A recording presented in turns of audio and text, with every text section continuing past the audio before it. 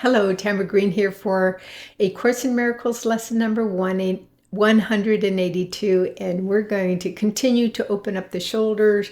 So we hump up the shoulders and around. This is 2, 3, 4, 5, 6, 7, 8, 9, 10, and reverse. 1, 2, 3, 4, 5, 6, 7, 8, 9, 10, and then just throw your hands down as you bounce your knees to help release the tension from your shoulders. That feels good. Okay. A Course in Miracles lesson number 182. I will be still and instant and go home. This world you seem to live in is not home to you. And somewhere in your mind, you know that this is true. A memory of home keeps haunting you, as if there were a place that called you to return, although you do not recognize the voice, nor what it is the voice reminds you of. Yet still you feel an alien here, from somewhere all unknown, nothing so definite that you could say with certainty you are in exile here. Just a persistent feeling, sometimes not more than a tiny throb, at other times hardly remembered, actively dismissed, but surely to return to mind again. No one but knows whereof we speak. Yet some try to put their suffering in games they play to occupy their time and keep their sadness from them. Others will deny that they are sad and do not recognize their tears at all. Still others will maintain that what we speak of is illusion, not to be considered more than but a dream. Yet who, in simple honesty, without defensiveness and self-deception, would deny he understands the words we speak? We speak today for everyone who walks this world, for he is not at home. He goes uncertainly about in endless search, seeking in darkness what he cannot find, not recognizing what it is he seeks. 1,000 homes he makes, yet none contents his restless mind. He does not understand, he builds in vain.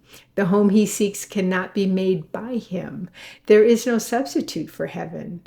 All he ever made was hell. Perhaps you think it is your childhood home that you would find again. The childhood of your body and its place of shelter are a memory now so distorted that you merely hold a picture of a past that never happened. Yet there is a child in you who seeks his father's house and knows that he is alien here. This childhood is eternal, with an innocence that will endure forever. Where this child shall go is holy ground. It is his holiness that lights up heaven and that brings to earth the pure reflection of the light above, wherein are earth and heaven joined as one. It is this child in you that your Father knows as his own son. It is this child who knows his Father.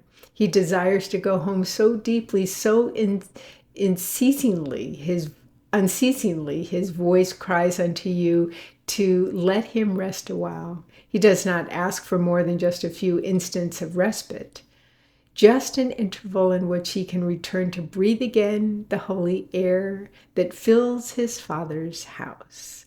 You are his home as well. He will return, but give him just a little time to be himself within the peace that is his home, resting in silence and in peace and love. This child needs your protection. He is far from home. He is so little that he seems so easily shut out, his tiny voice so readily obscured. his call for help almost unheard amid the grating sounds and harsh and rasping noises of the world. Yet does he know that in you still abides his sure protection. You will fail him not. He will go home, and you along with him. This child is your defenselessness, your strength. He trusts in you. He came because he knew you would not fail. He whispers of his home unceasingly to you, for he would bring you back with him, that he himself might say, and not return again where he does not belong, and where he lives an outcast in a world of alien thoughts. His patience has no limits. He will wait until you hear his gentle voice within you, calling you to let him go in peace along with you to where he is at home and you with him. When you are still an instant, when the world recedes from you, when valueless ideas cease to have value in your restless mind, then you will hear his voice so poignantly he calls to you that you will not resist him longer. In that instant, he will take you to his home, and you will stay with him in perfect stillness. Silent and at peace beyond all words, untouched by fear and doubt, sublimely certain that you are at home.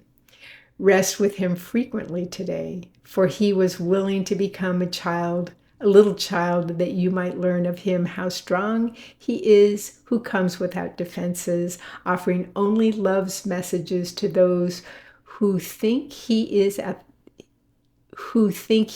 their enemy.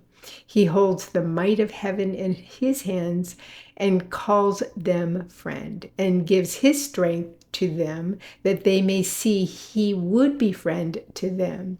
He asks that they protect him, for his home is far away and he will not return to it alone.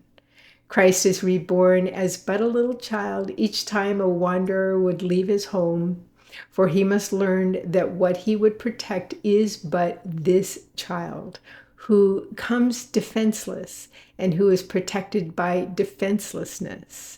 Go home with him from time to time today. You are as much an alien here as he.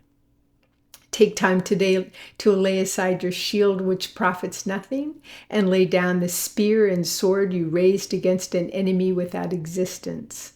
Christ has called you friend and brother. He has even come to ask your help in letting him go home today, completed and completely. He has come as does a child, a little child, who must beseech his father for protection and for love. He rules the universe, and yet he asks unceasingly that you return with him and take illusions as your gods no more.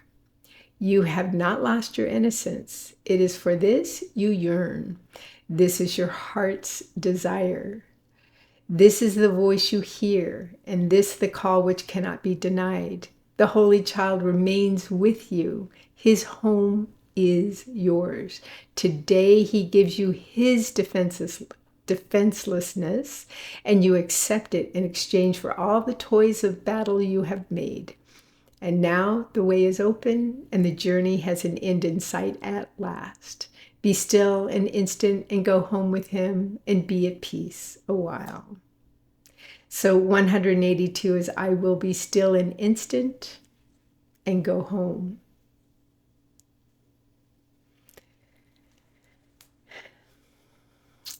I may have mentioned this before, but there was a period of my life where I was completely obsessed with near-death experiences.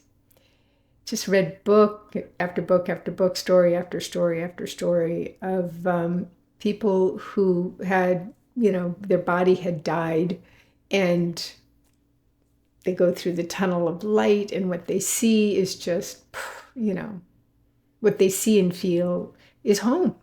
Pure love, pure light. No a realization of no sin, no defense, anything to defense against or to fear. And we have these moments We don't have to go through a near-death experience to have those moments. We can, just at the moment of falling asleep or just at the moment of waking up, there's this just fraction of a moment where we are there. We're home.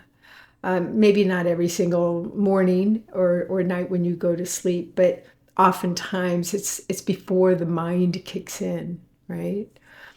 And our home really is spirit and this earth, the Father Spirit and Mother Earth, right? These are our true parents, our real parents.